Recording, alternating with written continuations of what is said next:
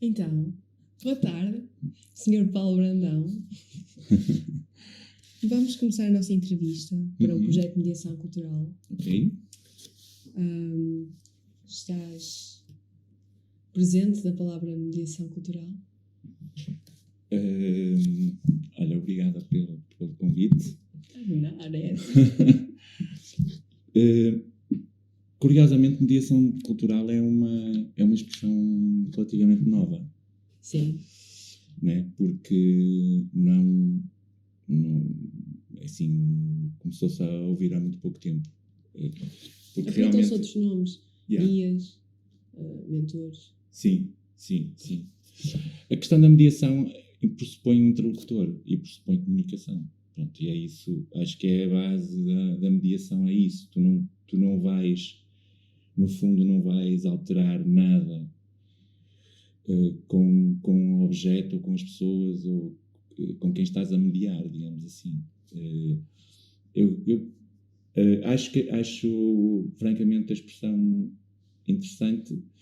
Se me vejo como mediador, era como estavas a perguntar também, assim de forma indireta, depende do que é que estou a fazer, não é? Porque mediar pressupõe ação, e pressupõe fazer coisas, e planear no tempo, e construir algo para os outros. Os outros têm que estar preparados. Sim, os outros têm que estar preparados. E nós temos de fazer a nossa parte. Sim. Às vezes temos de ir a fazer por excesso para atingir aquilo que queremos. Outras vezes temos, muitas vezes, sei lá, de reduzir a nossa mediação, porque ela já acho que há coisas que não é necessário mexer. Foi feito não vou sair daqui, mas vou-te dar aqui um documento. Pode ser útil para os teus estudos. Isto é a Estratégia Cultural de Braga de 2020 a 2030. Portanto, Era isso que eu estava a falar contigo há uns 10 minutinhos. Perguntar quais seriam as estratégias para este ano nos serviços educativos. Ok. O Teatro Circo não possui assim, dando um exemplo, nós temos um departamento de produção, temos um departamento de comunicação e imagem, nós não temos um departamento ligado, digamos assim, à formação, à educação, não temos um departamento pedagógico educativo, mas não quer dizer que não tenhamos essas valências, não quer dizer que não façamos esse trabalho.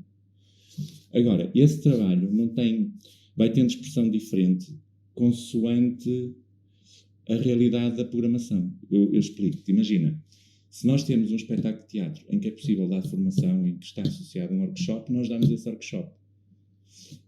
Às vezes há uma palestra no final, nós fazemos essa palestra. Sempre que há um contributo fora daquilo que é o objeto principal que vamos apresentar, nós fazemos-lo. Depois temos, sobretudo para as crianças, uma programação mais direcionada para eles. Sobretudo ali entre férias, junho, julho, agosto, setembro. Ou ATL. Yeah. Temos ATL, temos algumas coisas que não é propriamente nada de novo, mas que são experiências. Eu acho que o serviço aqui é muito mais experiencial para as crianças. Tipo, concerto para bebés, são experiências. Outra experiência interessante que há chama-se... como que é? Deixa eu ver se eu me lembro, se não me esquece, que é... Os miúdos passam cá à noite, dormem cá. Dormir é um espetáculo. Chama-se Dormir é um espetáculo. Que o conceito é, tu pões os miúdos a dormir aqui durante 8 horas, isto é, os pais entregam os miúdos, grosso modo, às 10 da noite e vêm buscá-los às 8 da manhã do dia seguinte. Mas é só dormir? Só vêm dormir. Claro que é assim, contam histórias, eles dormem no salão nobre, têm camas, têm de fazer a sua higiene, têm de fazer tudo, o seu pijama, contam histórias, há música, há atividades no meio disso, há também o jogo das almofadas e não sei o quê, e depois de manhã os pais vêm buscá-los para eles ir para a escola. É feito com pessoas ligadas à educação, com auxiliares de educação, com educadoras de infância, temos sempre um enfermeiro ou um médico presente. Pode haver algum problema, sei lá, com os miúdos. Temos isso tudo a nível de prevenção. Super seguro. Nós pensamos, curiosamente, eu pensei em fazer, ainda não tive a oportunidade, mas pensei em fazer num dos anos para adultos. Dormir um espetáculo, mas para adultos. Os adultos virem dormir cá. Mas aí a ideia era ter música durante 12 horas seguidas, sempre com música. Não é nada de novo também, mas eu acho que o serviço educativo, ou se quiseres, essas valências são mais, diria que são mais no sentido experiencial. Porque, primeiro, há duas outras razões para isso. Primeiro, porque o Teatro Circo não tem muitos espaços físicos. O Teatro de 1915 ele está praticamente sempre todo ocupado. Portanto, isso impede-nos de ter salas onde possas fazer workshops. Se fazer um workshop de dança, durante um mês ou 2 ou 3, tu não consegues, porque estás a contaminar o que se está a passar no grande ou no pequeno auditório, portanto não tens espaços para isso. Por isso é que nós não temos muita atividade como tem outros espaços. Por exemplo, o Centro Cultural Vila Flor em Guimarães, se quiser fazer, eles têm espaços para fazer isso, porque foi criado a raiz, não era um teatro antigo como é este, e portanto tem salas próprias para isso, estás a entender? Que não há. E por isso é que nunca houve essa necessidade de criar, o que não quer dizer que não haja mediação. Só para te fazer uma parte, nós, por exemplo, antes da pandemia tínhamos isso e vamos continuar agora a ter, já em janeiro novamente, tu tens espetáculos com linguagem gestual, tens espetáculos com legendagem, são coisas muito precisas, parecem muito simples, mas também estão ligadas de alguma forma a ajudar as pessoas estou a falar de legendagem, por exemplo, coisas em português, legendado em português, que é para as pessoas poderem ler, as pessoas que não ouvem, né? Portanto, temos essas valências que também são, no fundo, um exercício e uma responsabilidade do serviço. E para cegos? Também temos. Aliás, sim, também. Isso é a parte, sim, já fizemos espetáculos de dança. Aliás, já tivemos espetáculos de dança, curiosamente, com pessoas com trissomia 21. Já 2 ou 3 vezes. Há uma companhia em Lisboa que só trabalha com pessoas com trissomia para pessoas sem trissomia, digamos assim. E depois... Portanto, no fundo, resumindo, o que acontece no Teatro Circo é a programação que te dá o mote e os leitmotivos e os assuntos diferentes que tu vais desenvolver e isso também funciona mediante as possibilidades do Teatro Circo a nível de espaço, aquilo que a programação permite. Não há, digamos assim, uma linha sempre condutora. Eu acho que é talvez... dentro do teatro, se calhar é a estrutura mais frágil, mas também é aquela, se calhar é mais intuitiva e orgânica, porque aproveita-se muito daquilo que está a acontecer.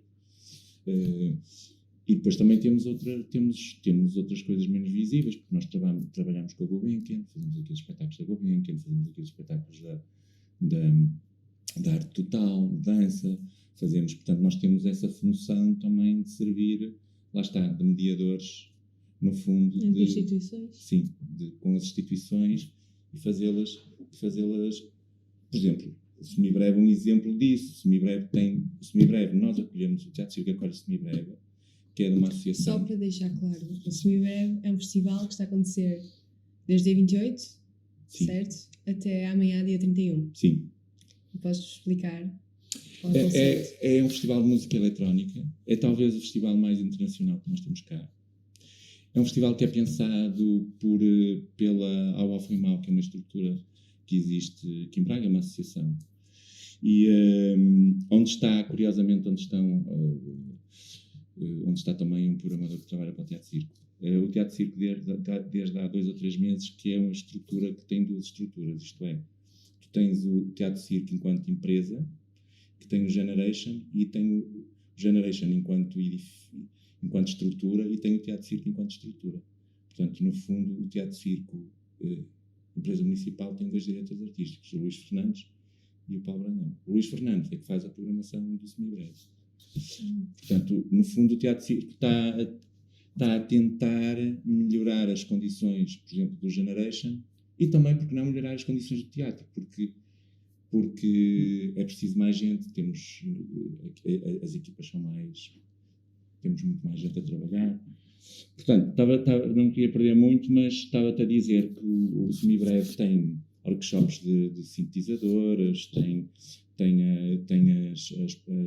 as instalações na área das media arts e na área da eletrónica, e normalmente há visitas guiadas, percebes? Portanto, há uma série de coisas que são paralelas a isso. Não é... Eu às vezes até acho, por exemplo, eu conheço o Serviço Educativo do Centro Cultural de Belém, conheço o Centro Cultural de Vila Flor, tem muito mérito porque eles trabalham e têm um programador mesmo só para desenvolver aquele tipo de trabalho, mas às vezes ele não é tão visível, porque como ele é feito de forma independente e de forma desregulada em relação aos espetáculos, não tem tanta visibilidade.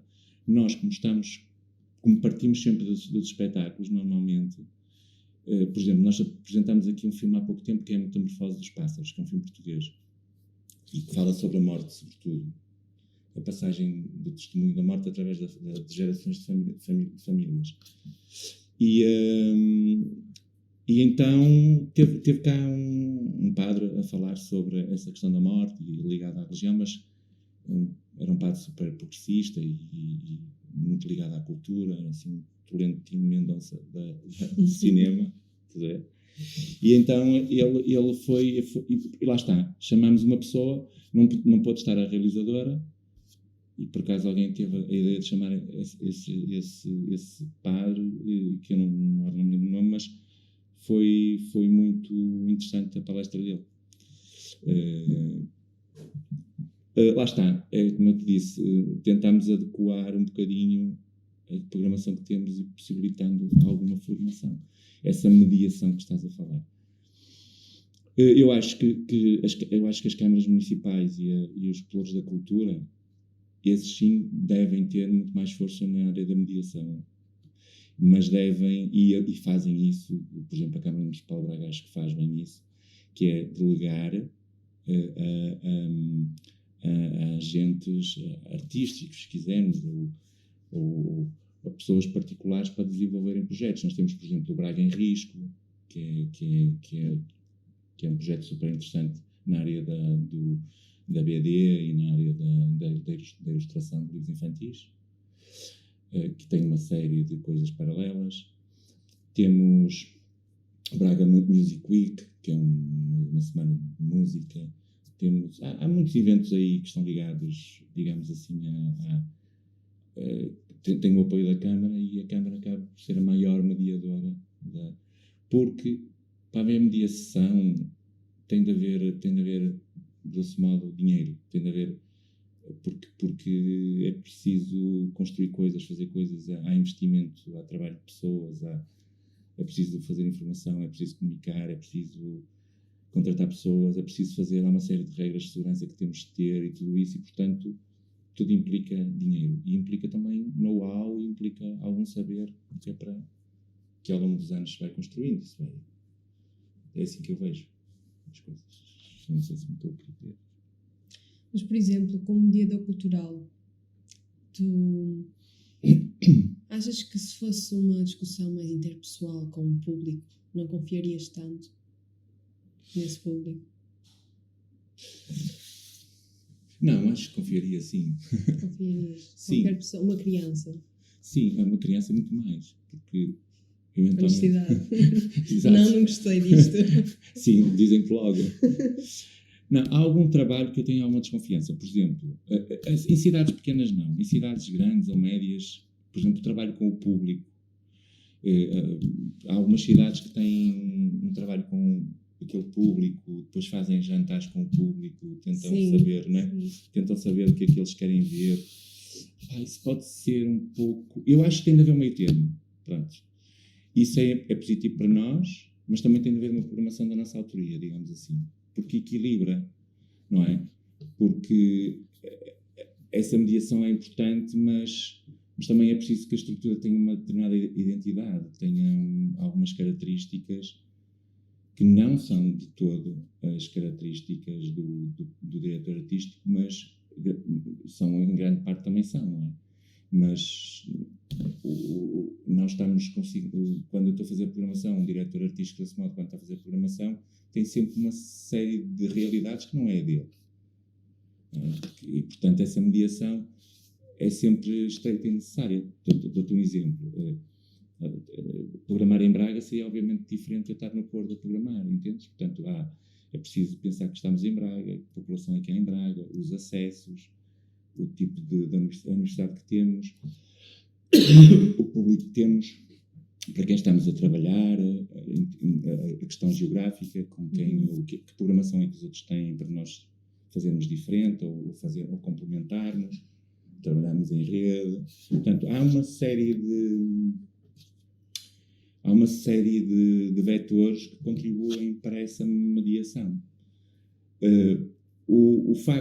Mesmo o facto de eu ter algumas características pessoais, como ser bastante empático e em termos sociais eu convivo muito com as pessoas de Braga e conheço muita gente, isso também me permite saber o que ter esse feedback bem real, não é? E vou às coisas, porque muitos programadores não vão.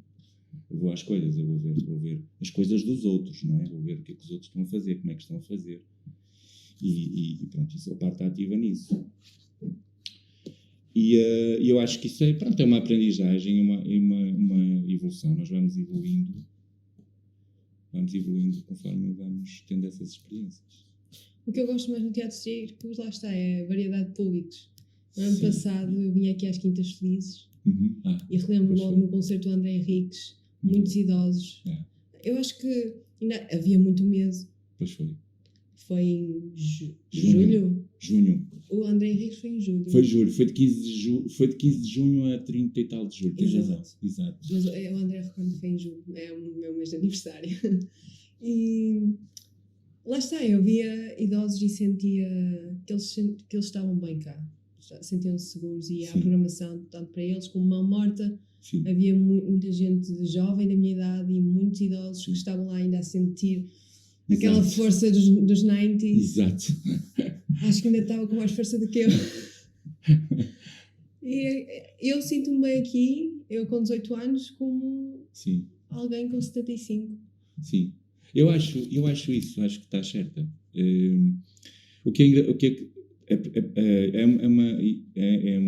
Há um facto muito interessante que é o teatro teve fechado muito tempo. As pessoas tinham uma prática de virem ao teatro. Por exemplo, o teatro, quando fechou, ele era sobretudo feito de cinema. Porque foi em que ano? 86, acho eu. E depois foi recuperado e não sei o quê. Né? O que é que aconteceu? Depois foi só em 2006 que reabriu. O que é que aconteceu? Houve ali um hiato de tempo em que muita gente que ia ao cinema deixou de ir. Porque só vinha ao cinema ao teatro circo. Era o teatro circo e vinha ao cinema. É preciso não esquecer que isto era de particulares e depois foi comprado pela Câmara. E, portanto, os particulares para ganhar dinheiro em 80 e tal era através do cinema. Ainda não havia DVDs e Netflix e HBOs. Pronto, o que é que acontece? Muita gente que vem ao cinema agora é público dessa altura. Aquele cinema que tem aqui à frente.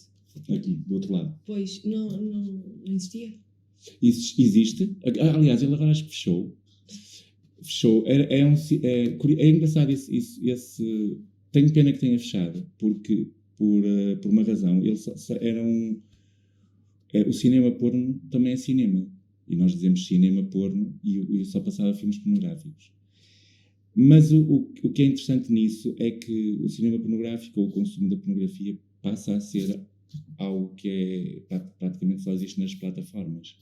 E deixou de existir. Mas, por exemplo, a indústria do cinema, toda a indústria do cinema, toda a indústria ligada à internet, quem está sempre à frente é a indústria porno. Se nós virmos bem, o porno, o motor de busca, tudo isso, porque são milhares e milhares de investimentos. Não temos que ser, digamos, temos que ser realistas e contar as coisas como elas são. E, claro, que devemos combater a pornografia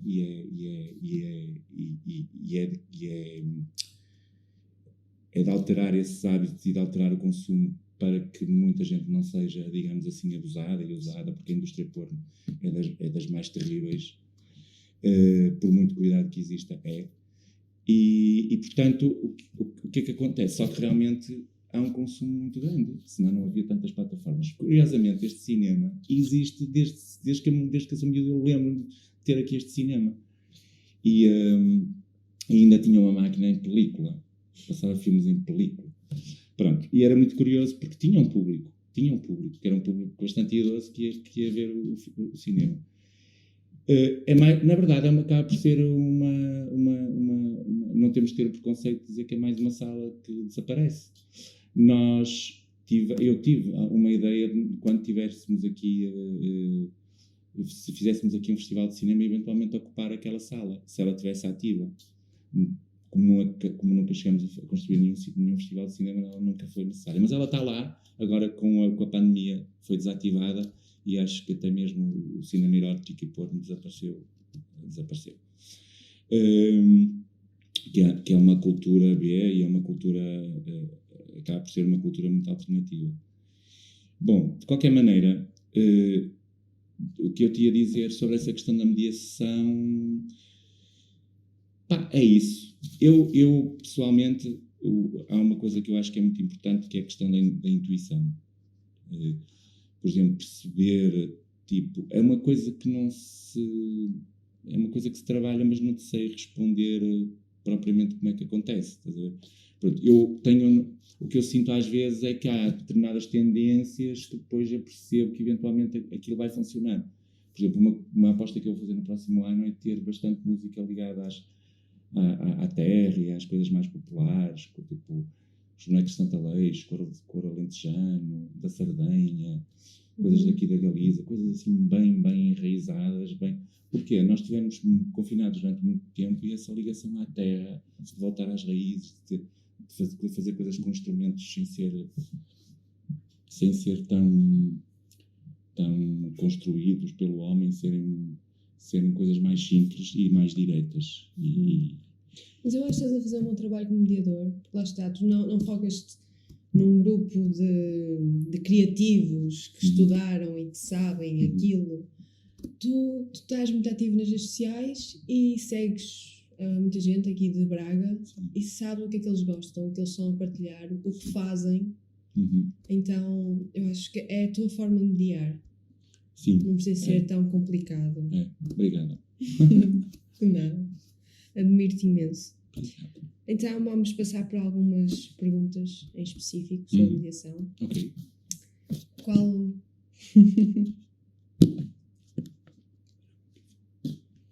Ok. Está a funcionar. Está a funcionar. Ok. Qual é a missão desta instituição cultural? Boa pergunta. Há uma coisa que se chama serviço público, aquilo que chamam de serviço público. Eu acho que é um nome bastante desusado, mas não há outro, não é? Isto é preciso não esquecer que o teatro de circo funciona com dinheiros públicos. E, atenção, com dinheiros públicos e com dinheiro do público. Porque nós temos uma receita que vem do público. 60% do nosso orçamento vem do público. Portanto, nós conseguir fazer 60% do subsídio que recebemos, subsídio não se chama subsídio, daquilo que a Câmara atribui para que o equipamento possa funcionar, é muito bom. Portanto, nós recebemos cerca de 1 milhão, mais ou menos, de coisa menos coisa. Metade é para pagar ordenados, outra metade é para fazer programação, e outra metade é para funcionamento do edifício, não sei o quê, só que essa outra metade vem da receita de bilheteira. Portanto, obrigatoriamente, eu diria que tu tens de ter essa preocupação com o público. Ela tem de existir sempre, mesmo que, hipoteticamente, os espetáculos fossem gratuitos. Portanto, ela vai existir sempre. Agora, nós temos se queres ter um espetáculo bastante caro, tens depois, com outros mais baratos, conseguir recuperar e equilibrar.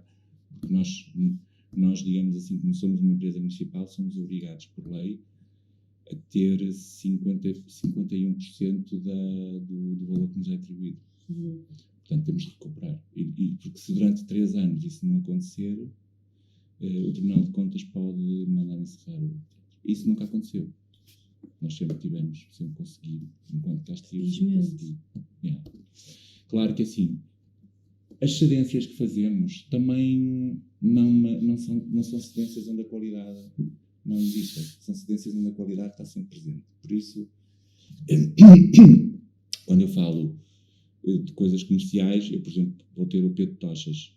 É alguém que faz televisão, mas é uma pessoa com qualidade. É diferente de ter alguém da stand-up comedy que nem português sabe falar, muitas vezes, e tem público noutros sítios, mas nós não queremos que venha cá porque achamos que é uma coisa que não tem qualidade, não faz sentido. Portanto, mas temos cá um Bruno Nogueira porque achamos que é uma pessoa culta e sabe o que está a fazer. Portanto, isso, e depois também apostar nos novos valores, mesmo que estejam ali ainda num limbo. É sempre uma experiência ótima vir a um concerto no Teatro Circo e não estar a abarrotar. Sim, exatamente. Agora falaste de uma coisa mesmo importante. Por exemplo, a pandemia veio mostrar que nós, ao dividir, por exemplo, a plateia, que tem 400 lugares, nós só passámos a ter 200 pessoas. Ou 200 e poucas pessoas. Não há problema nenhum em ter 250 pessoas numa sala, ou 200, ou 150. Não há.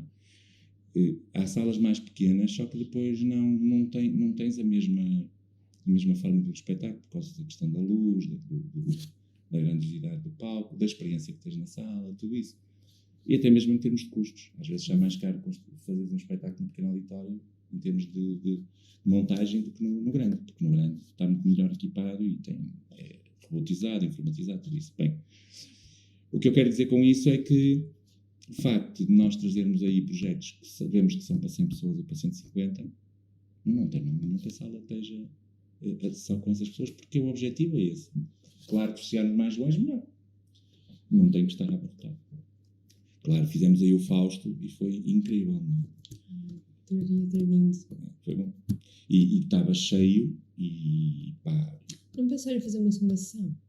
Que ele esgotou em dias. Foi, sim. Às vezes, é assim, eu depois tenho as agendas dos artistas, não é? Nós, por exemplo, vamos ter aí o Gilberto Gil. Disse que também eu queria fazer mais espetáculos, mas não é possível, não dá. Há outros compromissos que os artistas têm. E ter o Gilberto Gil com a Adriana Calcanhoto aqui no teatro é muito bom para nós. Porque é bom porque é fundamental que o faças. Porque sabemos que o Gilberto Gil provavelmente não é questão da idade, é questão da raridade em nós conseguirmos ter um artista tão incrível e gigante como o Gilberto Gil. Não dá assim tantos concertos na Europa, e particularmente em Portugal, e particularmente em América. Mas também é muito bom para os artistas atuarem neste espaço magnífico. Então, ok, já respondeste o que para ti é mediação cultural. E que importância tem na relação das pessoas com a cultura, essa mediação? Desculpa? Quando estás no teu processo de mediação com alguém, pode ser com um amigo, que importância tem essa interação com as pessoas com a cultura? Eu acho que é importante partindo do princípio que estás a falar, estás a socializar. Pronto, não é? Sim. Portanto, logo aí temos o aspecto da socialização, temos o aspecto eu acho que a cultura consegue unir pessoas tão diferentes, com valores tão diferentes, num mesmo espaço, num mesmo local, sem conflito,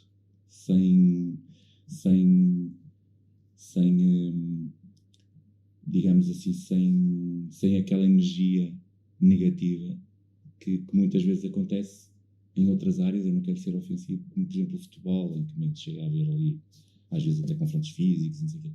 Isso na cultura não existe, acho eu. Não me lembro, a menos que se alguém tiver uma ideia muito forte. Sim. Tu não gostas de museus?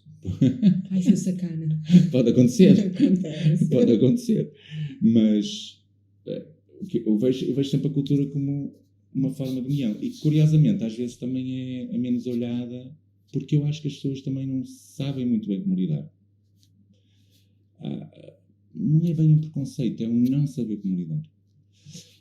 Não perceber bem a linguagem, achar que os artistas são alguém muito lá longe, muito metidas nas suas coisas e tal. Não, somos todos muito parecidos. Uns são criativos, outros são menos criativos, uns têm oportunidade, outros não têm oportunidade. Pronto, a uns aconteceu, a outros não acontece, mas de alguma forma o ser humano é o único ser que está sempre à espera nós estamos à espera um espetáculo aconteça, estamos à espera de um autocarro, estamos à espera que alguém chegue, estamos à espera, sei lá, estamos sempre, essa espera, quando a cultura está presente, é quase como uma espécie de suspensão do tempo. Eu vejo assim, são momentos em que o tempo são experiências, em que o tempo não, parece que não deixa de existir, fica em suspenso. Quando nós vamos ao cinema aquelas 2 horas, ou quando vamos a uma peça de teatro ali durante 2 horas, 1h30 ou 1, é uma suspensão na nossa vida, mas que é essencial à nossa vida, porque é aí que nós nos revemos, não é? Por isso é que é tão importante ainda o teatro. O teatro é a forma mais arcaica e mais artesanal de fazer arte, é o teatro, não é? É o corpo do ator, é a voz do ator, é a roupa, é os cenários, isso já é assim desde a Grécia, desde sempre. E, portanto, isso é tão importante, nós termos ali alguém que respira como nós, que vê como nós, e sentir essa cena da palavra, tudo isso. Eu acho que aqui com o Generation e o Teatro Circo não acontece, porque lá está, vocês têm uma publicidade muito bem distribuída, mas, por exemplo, em Famalicão ou até em Caldas, essa publicidade é feita boca a boca. Então, lá está, é muito importante essa mediação cultural, até intuitiva e amigável, digamos. Mas sim, aqui, lá está, não tem nada. Mas o boca a boca, por acaso, eu acho que também é mesmo importante. Aqui funciona. Também. Porque assim, porque tu tens uma coisa que é eu acho que há, essa palavra mediadora é interessante, mas há uma espécie de, há algumas pessoas que são uma espécie de gurus que tu vais seguindo e que sim. te leva, é verdade. não é? Nós, pronto, há alguém que nos vai puxando para determinadas áreas e que muitas vezes são pessoas ou que já estiveram ligadas à música, ou às artes, ou ao teatro, e que depois acabam por ser agentes, acabam por ser motores e eu acredito muito nisso. Por isso a palavra, boca a boca, dizer assim, pá, vem ver o espetáculo no domingo à noite, ou no sábado, não sei o que, é incrível. Depois aquilo vai passando e tal, as pessoas vêm. Não chega só... Eu acho que o papel é uma coisa que mais tarde ou mais cedo existirá sempre, mas desaparece. Aliás, ela já quase não é usado, mas de uma forma quase de consulta, não é como tu tens um Instagram ou um Facebook ou um app qualquer em que tens lá onde fazes a tua agenda. Lá está, eu faço a minha agenda de espetáculos sempre no Facebook. Lá está, eu não sei se a minha conta é que é muito bem... como é que eu ia te explicar? Que aparecem lá os destaques que o Facebook já sabe o que é que eu gosto de ver. Claro. Eu tenho amigos que não querem saber de Facebook, que gostam de passear na rua e de ver o que é que o cartaz transmite. Por exemplo, ao passar no Braga Park, tem lá carreiras gigantes daqui dos cartazes e fica lá tudo marcado e fica na cabeça. Sim. Pois, lá está. É isso. A cena de rua ainda funciona. Aquilo que é tipo, nós ainda mandamos a agenda para casa das pessoas. Mesmo que as pessoas até nem as abram. Aqui de Braga? Sim. Não, para fora mesmo. Se tu mandas o teu nome, não sei o que, podes receber em Lisboa, onde for, nos Açores, recebes. Nossa agenda vem para casa das pessoas. Quem deixar... Sim. Quem deixar cá o nome e a morada e isso, recebe a agenda. Vou fazer isso. Claro. E porquê? Há pessoas que nem sequer abrem a agenda, acredito. Mas aquilo lembra-lhes que o Teatro Circo existe. Estás a ver? É tipo, todos os meses levas com aquilo. Sim. E isso cria um grupo invisível, cria uma rede quase invisível de pessoas. Eu já cheguei, olha, por exemplo, é curioso, não estas gravuras, mas outras, já cheguei a ver, aqui há uns dias fui à casa de uns amigos e num dos quartos tinha os desenhos das nossas agendas, não destas, mas daqui há 3 anos, não sei o quê, pendurados no quarto. As pessoas aproveitaram a agenda. Portanto, o que eu quero dizer é que eu acho que pode acontecer muito isso, que é a agenda é um objeto de culto e pode ficar se tiver algum valor para as pessoas. E pronto, e guardam, e recortam. O que na forma digital já é mais complexo, não é? As coisas vão Lá desaparecer. está, tu podes simplesmente decidir vou ou não vou. Interessa-me, depois sim, podes receber notícias, mas normalmente já tens a decisão feita. E não tens algo a recordar-te. Se eu tivesse um papel. Olha, isso que estás a dizer da decisão feita é muito importante. Porque assim, tu não procuras nada, tu já tens aquilo em ti que queres ver e as coisas quando aparecem tu agarras. Porque se tu não estiveres sensibilizada para determinadas áreas, aquilo passa-te ao lado. Assim, podem-me pôr, pelo menos para mim, que não tenho grande interesse no futebol, podem-me pôr milhares de cartazes na rua, milhares de bandeirinhas, não sei o quê. Eu não vou, não é por isso que eu vou. Agora, repara, acontece mesmo com a cultura. Se tu não tiveres essa sensibilidade, essa experiência como espectador, não vai acontecer. Por muita publicidade que tu faças. Por isso eu acho que é mesmo importante que as pessoas tenham esse hábito de procurar aquilo que querem ver. E eu acho isso mesmo super, super importante. Muito bem. Então, penso que já definiste o papel mediador, no geral e nesta instituição, que era uma pergunta. Que projetos de mediação cultural têm sido desenvolvidos nesta instituição? Boa pergunta. Muitos. Espera lá. Já explicaste que era intuitivo, que existiam Sim. projetos e vocês, a partir Sim. daí... Eu lembro-te que nós cá temos, neste momento, temos coisas menos visíveis. Eu vou só auxiliar. Temos coisas menos visíveis a funcionar no teatro, que é o projeto Braga Media Arts. O projeto Braga Media Arts é um projeto, lá está, direcionado para as media arts, novas tecnologias, nanotecnologia, empresas ligadas à robótica, tudo que anda à volta das media arts. Nós neste momento temos 4 pessoas a trabalhar nessa área e a construir projetos muito precisos. Fazemos espetáculos aqui no teatro, há guias gravados para a cidade, para as pessoas circularem, há montes de instalações que acontecem durante o ano, há diferentes projetos que acontecem. Depois também temos a preparação da Braga Capital Europeia da Cultura, que é um projeto para 10 anos. Porque nós temos um projeto que é uma estratégia cultural que vai até 2030 e que neste momento acaba por ser um centro de reflexão e o Teatro Circo, lá está, é o ponto de partida e a parte central e nevrálgica na cidade para estes 2 projetos.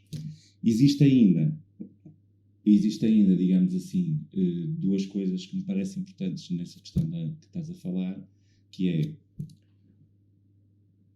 acho que nós estamos bem naquilo que respeita, por exemplo, à parte mais da infância e adolescência, digamos, mas, por exemplo, nós não temos muita área da educação para os idosos ou para adultos, temos muito poucos projetos. Achamos, é como se... Acho que é uma coisa mais cultural. Eu acho que não há percepção. As pessoas, quando pensam sempre em algo infantil. Não é? Pedagógico educativo infantil. Não. Eu acho que é sempre para todas as idades e para todas as gerações. Há sempre coisas... Nós chegamos a fazer, acho que foi no Generation, sim, um projeto ligado ao Braga, a partir daqui do Braga Media Arts, que foi pessoas que vieram dos lares de idosos aprenderam a mexer em sintetizadores e a fazer música com sintetizadores e caixas de ritmo e isso. E fizeram um concerto. Uau! E fizemos um concerto, por exemplo, de comunidade com 50 ou 60 pessoas em palco, algumas surdas mudas, ou surdas ou mudas, não sei. Agora não sei surdas mudas, isto só surdas, acho eu. Essas pessoas fizeram um espetáculo sobre António Variações e eram 50 e tal pessoas em palco. E tinhas pessoas com com um grau de surdez, e faziam música e cantavam e tocavam percussão e sentiam de outra forma e faziam de outra forma. Sim. Portanto, esse é um trabalho que se calhar é menos visível e até é mais esquecível, porque acaba por ser sempre, nunca são espetáculos diante de público, nunca são ações diante de público, não é? Já fizemos com a Sopa de Pedra, por exemplo, também um trabalho com coros. Portanto, há uma série de trabalhos e de projetos paralelos e que estão dentro do Teatro Circo, mas também são, eu prefiro dizer que são paralelos ao Teatro Circo, porque se calhar não são tanto, não é aquela programação de consumo, lá está, é para dar experiência às pessoas que pisarem o palco. Podemos esperar o Teatro Circo uma coisa e depois temos isto. Exato, é isso. Pronto. Que é menos visível. Menos visível. Por isso é que às vezes há a ideia feita de que, por exemplo, o Teatro Circo tem muita música, é verdade, mas tem muita coisa paralela. E o que acontece é que, lá está, é menos visível. Eu acho que isso também acontece noutros espaços. Se nós pensarmos, por exemplo, no Centro Cultural Vila Flor, estou a dizer aqui por causa da proximidade, nós pensamos no jazz, e pensamos no guidance, e pensamos noutros festivais, e se calhar no Centro Pedagógico Educativo que eles têm projetos muito bons, já não damos tanta importância, porque é mais invisível esse trabalho. Não achas que esta cidade também está muito envelhecida?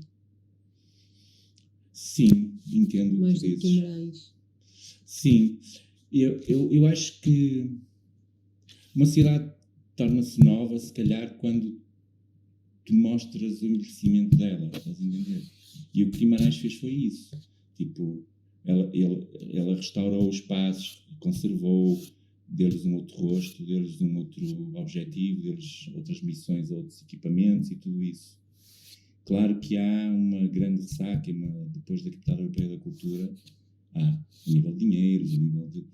Porque Guimarães é uma cidade média como é Braga. Agora, eu acho é que Braga falta... Lá está. As coisas acontecem sem as pessoas, se calhar, terem essa percepção que estão a acontecer, entendes? Mas acho que falta ter esse lado mais cosmopolita, assim, mais urbano, que torna as cidades velhas novas. Por exemplo, eu gosto muito da atividade que existe em Évora. Eu acho que a cidade de Évora, por exemplo, é uma cidade com alguma atividade cultural interessante e suficiente, e a cidade tem uma certa vida.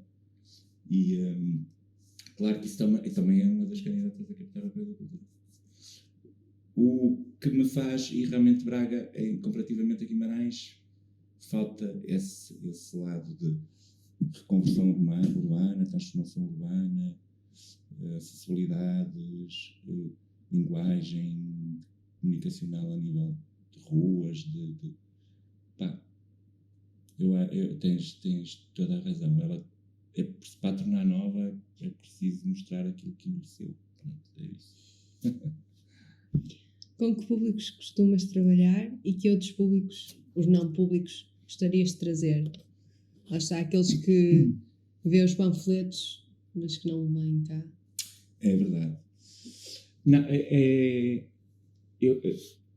eu costumo dizer, permite-me, que é uma imagem tipo... Enquanto houver público que entra aqui pela primeira vez, sempre que há espetáculos, há sempre alguém que entra pela primeira vez, não é? E isso é muito positivo. Quando tu cristalizas um público, é sinal que não há dinâmica, porque fica uma espécie de cineclube em que são sempre os mesmos a lá ir. E o que acontece é que, enquanto houver público novo a vir, é sinal que isto é um organismo vivo e que está em mutação e que permite... E isso acontece ainda. Acontece. Agora, claro que muitas das vezes eu acho que nós já fizemos alguns inquéritos de público, já fizemos algumas análises de público, já sabemos... Gostava, se conseguisses, arranjar-me estas estatísticas. Arranjo-te isso, sim. E, portanto, há um público, por exemplo, há uma ideia de um público ligado à universidade que não é consumidor. Mas isso não é por causa do Teatro Circo em si. Eu acho que é pela forma como os alunos e as instituições como a universidade veem o acesso à cultura, entendes? Um aluno que começa a estudar na universidade está mais preocupado e ocupado com outras coisas e não tanto com o consumo cultural. Porque tem as festas académicas, ou porque tem a tuna, ou porque tem as atividades entre os alunos, ou porque tem de estudar, ou porque tem muito menos dinheiro, ou o dinheiro que tem é para as cenas deles. Portanto, Portugal nisso precisa de crescer bastante e tornar as coisas diferentes. O que acontece é que muitas vezes também, dentro das universidades, também não há coisas a acontecer. Há universidades que são muito mais ativas. Sei lá, eu lembro de estar em Manchester, estudei lá há uns meses, 6 meses, e havia a Academia de Estudantes de Manchester e tinha sempre concertos incríveis e era feito por alunos e tinha uma atividade na área de teatro, na área da dança, na área... pronto, se calhar são estruturas em que isso é quase obrigatório, não é? É uma tradição. Como acontece às vezes, por exemplo, em Inglaterra com a canoagem ligada ao desporto e não sei o que as universidades têm sempre disputas, ou nos Estados Unidos com o rugby e outras ações. Eu acho que faz falta realmente às universidades, mas está em mutação, não é? Por exemplo, a Universidade de Minho tem neste momento mestrado na área das mídia artes. Eu não sabia. Já me falaram em qualquer pós-graduação aqui na Universidade de Minho, deve ser essa. É essa. Abriram 25 vagas, acho que tem 20 alunos ou 19. Pois. Okay. O que é bom. É muito bom. É um princípio de... Mas vocês não recebem, não entram em contacto, ou as universidades não entram em contacto com vocês? Muito pouco. Muito pouco. Quase nada. Pois. Quase nada. Falta... A Escola de Artes do Porto nunca mostrou interesse? Muito pouco, não. A única coisa que aparece é a pedir para ceder um espaço. Não é a mesma cena. Acredito que não seja. E pronto, então os teus públicos, dirias que estão na faixa etária dos 16 até aos 60? Não, mais. Mais?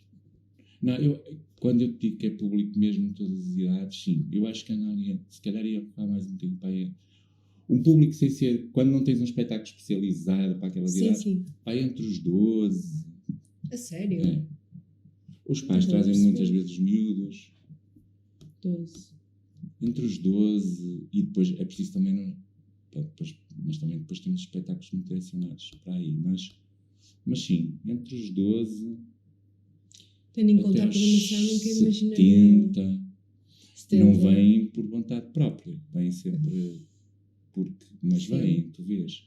Agora, claro, se tens um festival como o Semibreve, tu vês pessoas de todas as idades. Embora não tão novos, mas tens sempre na casa dos 16, 17, 18, até aos 60 e tal, mais ou menos. Mas, por exemplo, no cinema tens até aos 75, 80 anos tens aí pessoas a vir ao cinema. Também pelo desconto sénior. Sim, também. E depois lá está, por exemplo, nós como fazemos filmes remasterizados, do Bergman ou do Fellini. Nostalgia. Eles vêm, exatamente. Muito bom. Então não há um público em específico com quem tencionas de focar e chamá-los, fazer alguma intervenção? Não. Assim, de forma ativa, não. Eu acho que para fazer isso fazes uma coisa que realmente há um estudo, depois tens uma ação sobre esse estudo e tentas... Porque se for assim de forma empírica, acho que não. Ok, acho que já não é necessário, acho... Sim, é assim, é sempre, mas há outras coisas às vezes... Não, lá está, tu não vais ir para a rua chamar crianças se depois a forma como a instituição está pensada vai deixar de ser a instituição, vai deixar de ser o teatro que estamos à espera de ser o teatro. Vai ser algo até financeiramente... Não vai ser bom. Claro que nós tentamos tirar esse peso institucional e acho que na maior parte das vezes conseguimos.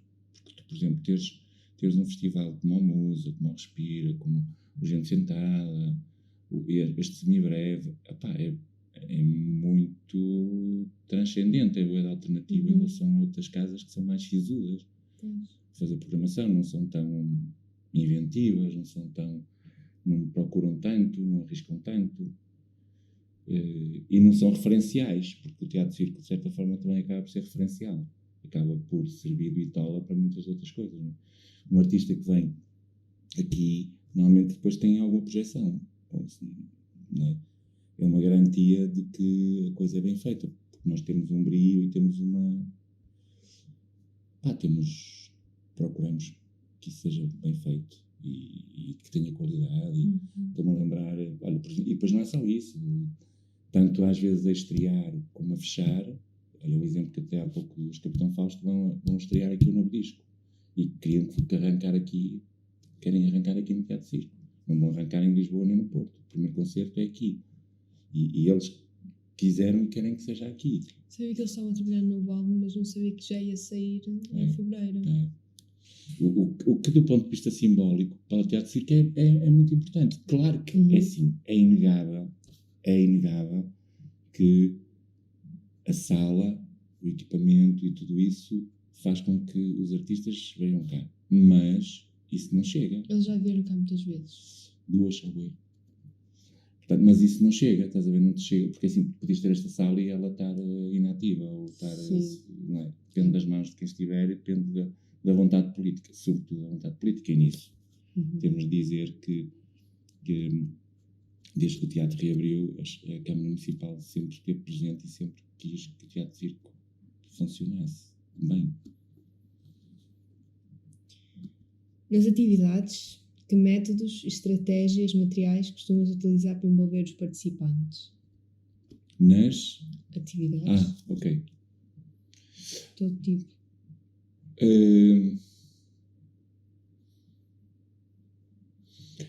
Pois, é assim. Depende da atividade, mas com informação. Por exemplo, tu vais ter 2 sessões de fotografia com aquela fotógrafa que há pouco falámos. Sim. Tu não estás a pensar em numa... Vai ser uma exposição, é certo? Uma exposição interativa. Onde possas falar abertamente com a artista e ela com o público. Sim. Claro que sim. Eu acho que é importante ter isso, ainda bem que lembras, porque nem sempre estamos atentos a isso, mas eu acho que eu por acaso pensei nessa altura ter aqui uma extensão do Queer de Lisboa, do Festival LGBT de Cinema, e depois ter essa exposição e eventualmente haver palestras e haver visitas e haver exatamente para nós podermos desmistificar essa questão. Este tema é para um público em específico, muita gente vai se sentir representada. Acho que é um ótimo motivo para haver essa interação. Sem dúvida, sim. E a minha ideia, por acaso, foi essa. Eu pensei em termos exposições no Salão Nobre, como estava a dizer, pelo menos 2 em 2 meses, 6 exposições. Mas que elas tivessem um lado humano muito presente. Não fossem uma coisa fria, como uma instalação. Tens uma instalação e não tens esta que está aí, é algo que tu passas e vês, mas não mexe muito pouco com as tuas emoções. Para mexer com as tuas emoções tem de haver corpos, tem de haver pessoas, tem de haver fluidos, tem de haver cenas. E eu, para mim, acho que esse tema, que é um tema tão inesperado e que aconteceu tão rápido na nossa sociedade, e que nós nem sequer temos a percepção, muitas vezes. O tema é famílias LGBT. Famílias com... entender como funcionam os laços sanguíneos. Exato. Com os filhos. É algo que eu nunca pensei que seria tão necessário descobrir. Sim, porque realmente, por exemplo, imaginemos 2 mulheres que casam e querem ter filhos e querem partilhar, e essa questão de uma dar o óvulo à outra e outra dar o óvulo à outra, não é? Ser fecundadas, e para haver esse sentimento de pertença de algo que vai nascer das duas, eu acho que isso é comum a todos. E, portanto, só que as pessoas às vezes veem casais, vem um casal de mulheres e não percebe que como é que tem 2 filhos, mas como é que tem os seus filhos, né? A primeira coisa que pensa, como é que tem 2 miúdos ou 2 miúdas, como é que isto aconteceu? Claro que eu acho que é um aliado muito importante que é a ciência, não é? E, portanto, o que eu quero dizer com isso é que eu acho que a função de nós enquanto agentes culturais, e também temos a obrigação de tornar a sociedade melhor, mais informada, mais... Isso é um ato de mediação. É um ato de mediação. É um ato de mediação. Eu às vezes fico a pensar, é engraçado isso que estás a dizer, agora que estamos assim mais a terminar, às vezes fico a pensar, porque assim, um programador também há momentos em que sente um certo vazio, porque, nós, claro, estamos muitas vezes nas salas, mas muitas das vezes estamos aqui no escritório a ver o que é que vamos escolher, e nem sempre dá para pegar no telefone. Eu acho que uma coisa muito importante, eu acho que a coisa mais fria e vazia que há é o e-mail, porque tu tens mesmo que pegar no telefone e falar com as pessoas, tens de ouvir a voz das pessoas, tens de sentir, saber? Que é super importante, porque isso também dá a energia precisa. Mas eu às vezes fico a pensar assim, mas vou fazer isto, tal, assim. Mas depois penso assim, eu mexo com a vida de centenas, milhares de pessoas. E eu não, a minha equipa toda, não é nós. Mas nós mexemos, ao fazer um espetáculo, são milhares de pessoas que estamos a deslocar. São milhares de pessoas em que estamos a mexer. São milhares de... Tudo isto é bom para a cidade.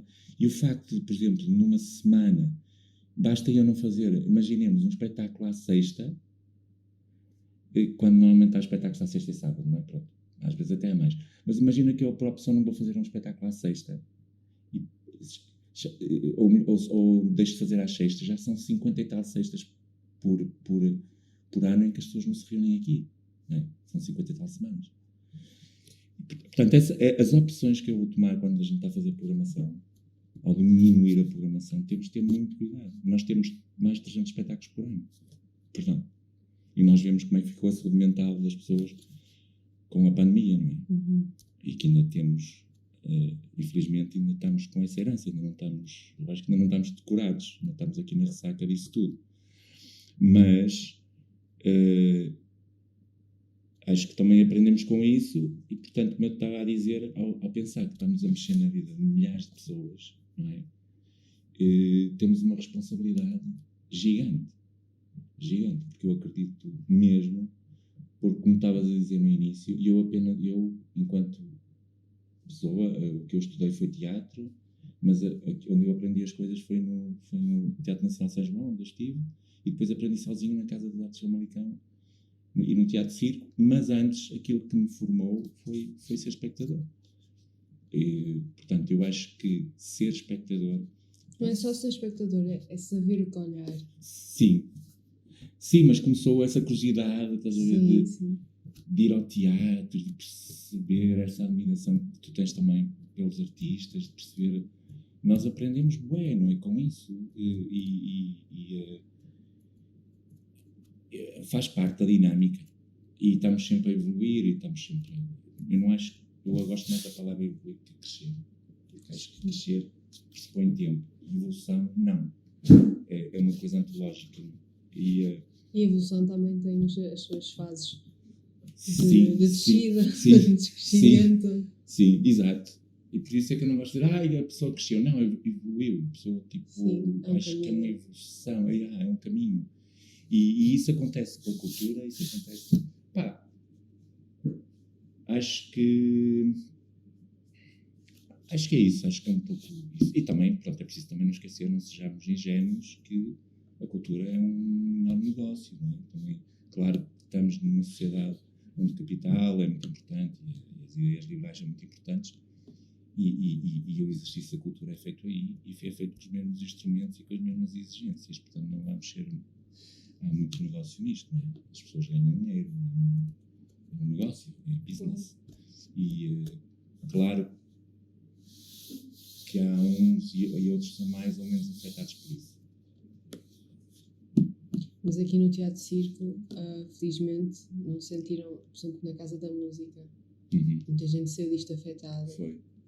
Pelos recibos verdes. Sim. Aqui no Teatro Circo houve uma maior preocupação com os direitos das pessoas. Sim, houve. Porque se calhar... Eu via, vocês tiveram no início, no março do ano passado, não sei se foi em março ou em abril, por aí além, mas vocês, por exemplo, tinham... Foi o André Henriques? Tinham uma programação preparada para março e vocês tinham prometido que iam dar voz a esses artistas, então deixaram-nos atuar no Teatro Circo. E pagaram. Sim. Muito bem, é isso que... Sim. Eu acho que estava à espera de todos os centros de arte e não aconteceu. Pois, sabes que às vezes são decisões... Isso é uma pergunta interessante, porque o que nós fizemos é assim... Primeiro, em relação às pessoas, acho que, como eu te digo, a parte humana é a mais importante. E isso aconteceu também em Serralves. Aconteceu em Serralves e aconteceu na Casa da Música. Se calhar porque são estruturas mais frias, isto é, onde há uma administração e se calhar não há um contacto tão direto. E nós aqui temos um contacto direto. Com o público zero. Não é? Na Casa da Música é zero. Não é? Estás a ver? E nós não. Se fores à Casa da Música, provavelmente não sabes quem programa ou quem está lá. E aqui sabes quem são os técnicos, sabes quem programa. Normalmente. E isso acontece em Guimarães, acontece noutras estruturas mais pequenas ou maiores, tu sabes. E para mim, o mais importante é assegurar as pessoas, permitir que as pessoas, porque eu também, se estivesse no lugar delas, e nisso a Câmara Municipal e mesmo a administração e tudo isso decidiu logo proteger os interesses,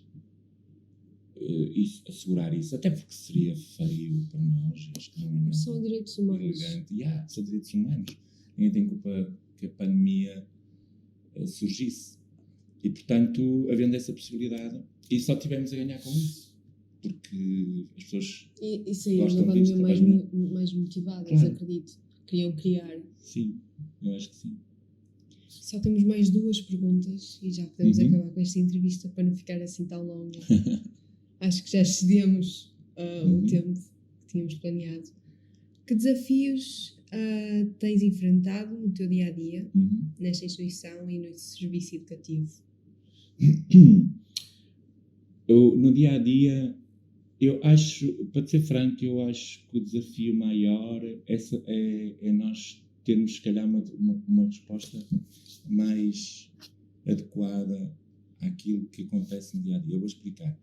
Muitas vezes não há um feedback prático. Por exemplo, aparecem muitos estrangeiros que querem visitar o teatro e não é possível. Às vezes aparecem pessoas que querem fazer cá algumas coisas mais pequenas e não é possível. Há ações que também têm a ver com, se calhar, de cariz mais solidário e também não é possível. Pronto, o que não é possível por várias razões. Às vezes porque ou tem a ver com normas, ou tem a ver com regras, ou tem a ver com tempo, ou tem a ver com... E eu acho que a força daquilo que acontece de forma do exterior também tem que ter uma resposta. Nós não podemos estar cegos, não é? Tipo, se vierem aqui, portanto, todos os dias, pessoas a perguntar se não há visitas e nós não temos, temos de arranjar uma maneira de ter. Porque as pessoas estão a pedir isso. Não é? Se vêm cá, é porque querem consumir isso. E, portanto, eu acho que o desafio maior no dia-a-dia é esse. É essa alteração de comportamentos em relação à comunicação, lá está, é a mediação, é esse trabalho de serviço público, e eu quando falo disso, falo da mobilidade, falo do acesso às pessoas cá dentro, falo de coisas até às vezes tão estapafúrdias como a qualidade do ar ou a temperatura ambiente, tudo mais com as pessoas, não é? E, portanto, essa cena eu acho que é a principal. É nós sermos mais proativos, ativos e termos uma resposta mais situacional, mais real em relação àquilo que está a passar.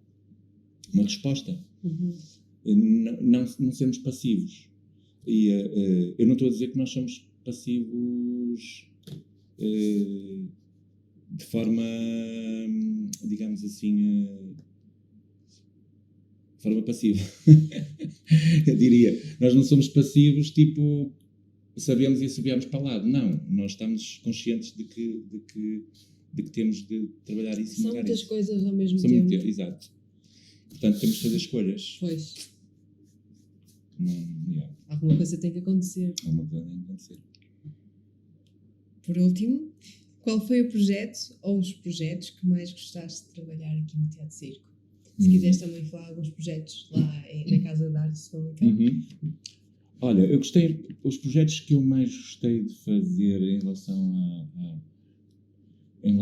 ao público e com o público e para o público foi levar ao palco atividades ou áreas artísticas que não são muito convencionais e que não é muito vulgar levar a um palco como este. Estou a pensar, por exemplo, na área do burlesco, na área do teatro-circo, na área muitas vezes da ligação que há do desporto com os espetáculos. Há muitas áreas que se contaminam e essa escolha, lembro, por exemplo, que nós trouxemos ao teatro em 2007, 2008, o Burla, que foi o Festival de Burlesco, em que tivemos, por exemplo, striptease mesmo, que é uma área artística que tu podes ver ou não como sendo algo, mas que é uma expressão onde há público e há pessoas no palco. E portanto, quem sou eu para catalogar se aquilo é arte, se não é, se é genuíno, se não é, se é... Não tem que ter... Agora, são poucos, se calhar, os espaços que permitem isso. Nós vamos ter, por exemplo, alguns espetáculos na área da dança até final do ano e que têm, não são nada como é que é dizer, de não convencionais, não são nada, são pouco convencionais, sim, mas não estou a transcender nada, até porque alguns têm o apoio do Ministério da Cultura. Mas, por exemplo, vou ter a Sara Barros Leitão, que é um espetáculo onde até tem mutilação, por exemplo, ao vivo, e isso não é muito pouco vulgar. Mas é uma área artística que eu tenho de considerar, que eu tenho de permitir que exista, porque é uma forma de arte como outra qualquer. Não tem que ter um juízo de valores. Os projetos que te marcam são mesmo os não convencionais? Sim, os não normativos, sim. Nós tivemos, por exemplo, aí lembro-me de um espetáculo que eu gostei muito de fazer, o Turning, com o Anthony Johnson, que era um espetáculo com 13 transexuais em palco, que era um espetáculo incrível, e foi uma pedrada no charco na altura, e é um espetáculo ainda muito referenciado, e saiu um DVD para todo mundo com um espetáculo aqui. Lá está, é o que eu digo, eu acho que é tu nunca sais fora da norma, porque nós estamos numa sociedade normativa, e se existe, só tens de mostrar, porque a sociedade está construída de tal forma que não acredito que só não está visível. Portanto, a questão, por exemplo, das fotografias da MAG, que eu te falei há pouco, LGBT, aquelas famílias só não têm a visibilidade, elas existem. E não se importam de falar, tenho certeza. Exatamente, não é? Por isso, e contribuir para essa expressão e que que tudo isso deixe de ser invisível. Porque, claro que é uma utopia, porque há sempre algo que, não é? Que vai ficando sempre. Pronto, mas de qualquer maneira, o meu objetivo é esse. E ao mesmo tempo, ser também um sítio muito popular, porque o Teatro Circo, eu acho que de uma maneira é um sítio bastante popular, acho que as pessoas gostam. A primeira vez que eu ouvi falar foi a Gala dos Globos de Ouro. Sim, sim, foi feito aí. Em todo o país. Que sala bonita. Pois, exatamente. E na altura fizemos isso porque faz todo sentido fazer, porque ia dar visibilidade e ia mostrar nos Globos de Ouro, uma coisa a nível nacional. Claro.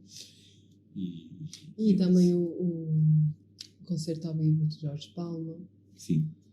Também Só a assim, capa logo. com o Sérgio Godinho. Sim, Foi a lindo. capa no Teatro Circo. Eu acho que realmente ouvi esse álbum por ser aqui. Por ser Sim. aqui. Sim, chegámos também a fazer GNR, chegámos a fazer o disco de Mal Morta, aqui ao vivo, temos várias coisas aí. Pronto, não fazemos isso se calhar de uma forma tipo blogotech, mas sim. E então em Famalicão, algum projeto que marcou? Sim, olha, em Famalicão, antes eu comecei por fazer em Famalicão em 2001, 2002, fui eu que, eu antes tinha algum pudor em dizê-lo, mas fui eu que comecei por fazer aquilo que depois deu asa ao Rivoli fazer o Centelha, que era o chamado Novo Circo. Os primeiros espetáculos de Novo Circo que se fizeram e o primeiro ciclo de Novo Circo que se fez, fui eu que fiz na Casa das Artes. Era uma coisa muito nova na altura. O que era o Novo Circo? No fundo era aproveitar as artes circenses e incluí-las em espetáculos de dança, de teatro, percebes? E funcionou muito bem. Mas na altura eu sei que aquilo até tinha muito pouco público. Era muito difícil de conseguir trazer, às vezes, que eram companhias internacionais, e sinto muito feliz por ter feito isso na altura. Que mudou o que a Casa das Artes é hoje em dia. Sim, a Casa das Artes ainda tem, assim, eu só tenho pena que não tenha tanta programação, ou melhor, e não tenha mais oferta, não tenha outra corrente de público. Mas temos lá a Escola de Circo. Sim, mas de qualquer maneira acho que há um trabalho que depois vem daí, estás a ver? Sim. Tipo, e mesmo a Escola de Circo, ela aconteceu e teve o apoio de Famalicão porque o Vaudeville Rendezvous, no âmbito do quadrilátero urbano, fui eu que propus o Vaudeville Rendezvous às 4 cidades e depois acabou por ir parar a Famalicão. Portanto, eu às vezes num pudor tipo, não, mas eu agora digo. É verdade, tanto é dizer. Acho que és um ótimo mediador, um ótimo muito diretor, programador, amigo, Obrigado. ótima pessoa, ótimo criativo. Obrigado. Muito obrigado por esta entrevista. Eu espero que todos os nossos ouvintes tenham adorado da mesma forma que eu adorei. Obrigada de novo, Paulo Brandão.